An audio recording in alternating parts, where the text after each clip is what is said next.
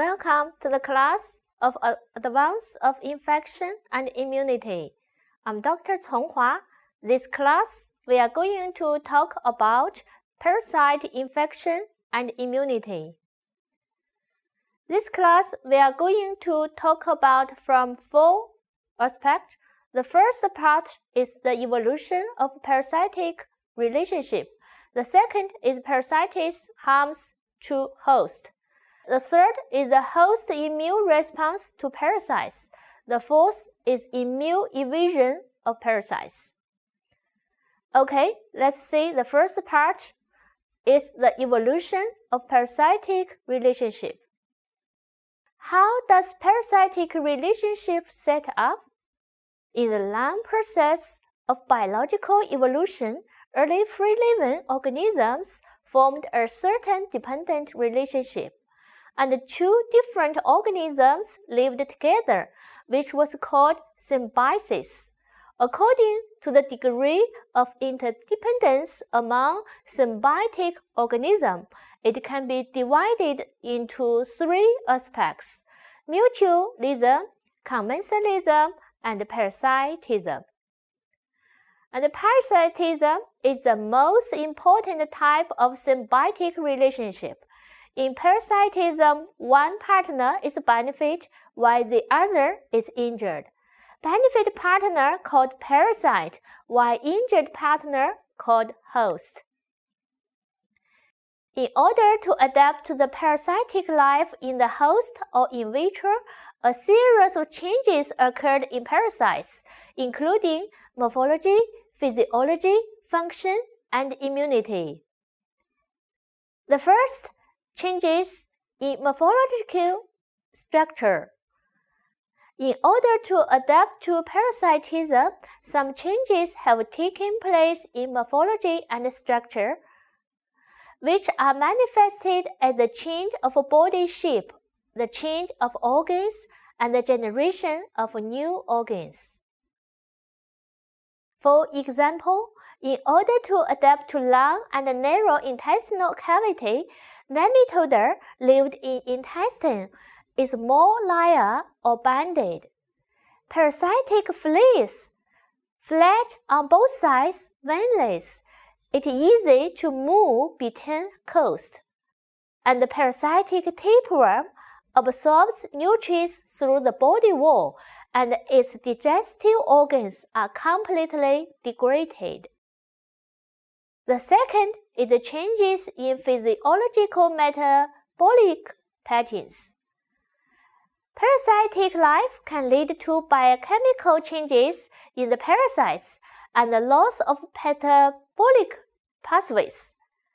Instead of synthesizing some of the necessary cellular components, the parasite obtains them from its host. The most significant adaptation of the intestinal parasites is the loss of free-living organisms that use TAC of aerobic metabolism for energy and adaptively switch to glycolysis to obtain energy in a low oxygen environment. The third changes is an increased reproductive capacity. The enhancement of parasite reproductive ability and the diversity of reproductive way. For example, each female Ascaris lays about 200,000 eggs per day, which is a large number for the maintenance of its population. And the reproductive system of trematodes and tapeworms became extremely developed. They are hermaphrodite, with both female and male reproductive systems in the same body. And the fourth is the enhancement of invasive.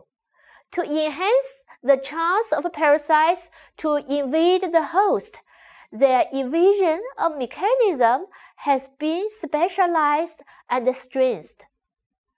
For example, Toxoplasma gondii secretes penetrating enhancement factor to enhance its ability to invade cells. Intermobile histiocytic secrete amoeba porphyrin and cystine protease invaded the intestinal mucosa.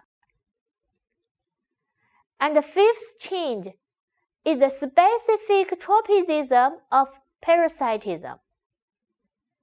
The specific tropism of parasitism is the tendency of the parasite to a particular site of a suitable host. For example, the antenna of mosquitoes can sense the carbon dioxide exhaled by the host and then suck the blood of human. For another example, the adult of liver fluke settles in the liver, and the lung fluke settles in the lungs, and adult worms of blood fluke inhabit in the mesenteric wing of the host. They are all shows the specific tropism of parasites. The sixth is the immune escape function of formation. Being the host immune attack, in the process of both adapt to each other, the parasite was able to escape the host immune attack, such as African trypanosoma in the host can be glycoprotein change, generate new surface antigen, so as to evade the host immune attack. Summary. Okay, this class we know in the development of parasitism, the parasites formed some changes to adopt the parasitic life, which including the changes in morphological structure, the changes in physiological and metabolism, and increased reproductive capacity, and the enhancement of invasive and specific tropism of parasitism, and immune escape function formation. Okay, that's all for this class. Next class, let's study what damage in host induced by the parasites. Thank you.